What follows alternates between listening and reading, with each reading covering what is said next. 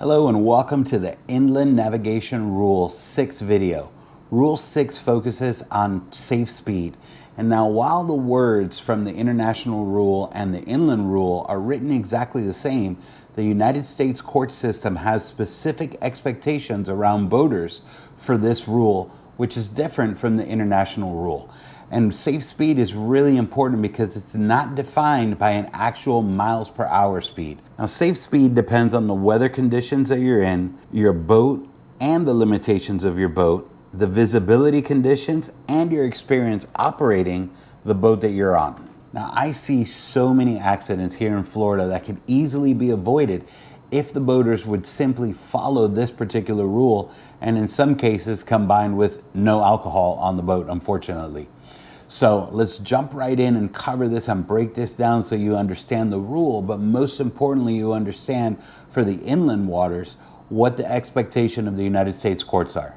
Rule 6A states, every vessel shall at all times proceed at a safe speed so that she could take proper and effective action to avoid collision and be stopped within a distance appropriate to the prevailing circumstances and conditions. In determining a safe speed, the following factors shall be among those taken into account by all vessels. Okay, so the first item in Rule 6A is the state of visibility. So what does this mean? It means that depending on the state of visibility, you need to adjust your speed accordingly. Remember that safe speed is deemed as a speed in which you can avoid a collision with another vessel or a stationary object such as a navigational aid. The second item in Rule 6A refers to the traffic density, including concentration of fishing vessels and any other vessels. So this means that if you're navigating in an open ocean, your safe speed is going to be a much faster speed than if you're navigating in a congested area with other vessels. Also remember that for a vessel to be deemed a fishing vessel, they need to have nets or other fishing apparatus, which is going to restrict their maneuverability. The third item in Rule 6A refers to the maneuverability of the vessel, with special reference to stopping distance and the turning ability in the prevailing conditions. This means that when determining your safe speed, you must take into consideration the maneuverability of your vessel, really paying special reference to the distance that it's going to take your vessel to stop and the turning ability and turning radius of your vessel. Item 4 of Rule 6A states that at night, the presence of backlights, such as from shore lights or from backscatter of her own lights. Now, this means that when you're navigating at night, the lights from shore or even the lights from your own vessel can impede your vision. So when navigating at night, that needs to be taken into consideration, and your safe speed is going to be a much slower speed. Rule 6A item 5 refers to the state of the wind, the sea, and the current, and the proximity of navigational hazards. Now, this simply means that depending on the wind, the waves, or the seas can be rougher, making it more difficult to navigate and maneuver your vessel. Then the last part refers to how close you may be navigating to navigational hazards.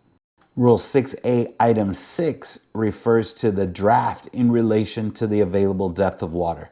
And this simply means to be aware of the depth of water when determining your safe speed to avoid an incident such as running aground. Now, Rule 6B, this entire next section of the safe speed rule, applies to vessels with an operational radar.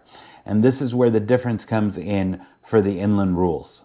In the United States court system, the expectation, should you be involved in an incident that were to go to trial, is that if you have an operational radar on your vessel, you're using it to determine hazards, taking action to avoid a collision, and adjusting your safe speed based on your radar plots and all the items covered in Part A of the rule.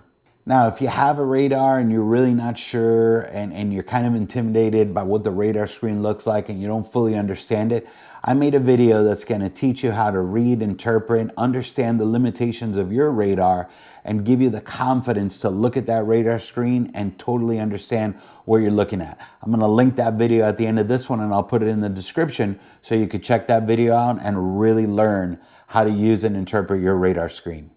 Rule 6B item 1 refers to you understanding the characteristics, efficiency, and limitations of the radar equipment. Rule 6B item 2 refers about you understanding any constraints imposed by the radar range or the scale in use. Rule 6B item 3 expects you to understand the effect on radar detection of the sea state, weather, and other sources that could cause interference. Rule 6B item 4 wants to ensure that you understand that the possibility of small vessels, ice, other floating objects, or debris may not be detected by radar at an adequate range for you to take action. These are all things covered in the radar tutorial, but basically what it's stating is that you need to understand that smaller items and debris on the water might not be detected by a radar at all or with an adequate range for you to take action. Rule 6B refers to the expectation that you are tracking the number, location, and movement of other vessels around your vessel detected by radar. And then lastly, Rule 6B item 6 is just reiterating that you understand that the use of a radar enable the user a more exact assessment of the visibility that may be possible when radar is used to determine the range of vessels or other objects within the vicinity of your vessel. All right, so I know that that sounds like a lot, but take some time, read it, fully understand it. Take the time to check out the radar tutorial video at the end of this video. And then once you're fully familiar with everything and you feel like you've learned it, I'll be waiting for you in the next lesson.